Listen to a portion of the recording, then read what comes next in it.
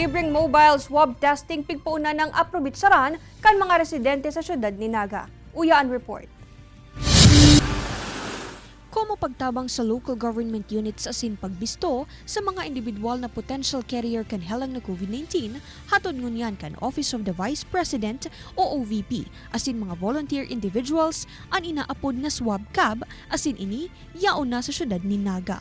Ang swab cab iyo ang mobile swab testing na malibot sa 27 barangays kan syudad asin sa manibaybang banwaan kan Camarines Sur na libreng makondisir nin swab test. We'll be relying on the local government unit, doon sa mga health centers ng LGU para po ma-target po natin yung mga taong talagang sinasabing may COVID-19. Sigun Kiburdado, antes pa man iniilunsar, nagkaigwa na sindang koordinasyon sa mga LGU asin health sectors, tanganing matarget na ang mga individual na igwang sintomas nin COVID-19. I-dispatch thread kita na ite-text kung kamo pahalig na, paduman sa in, asin kung anong resulta.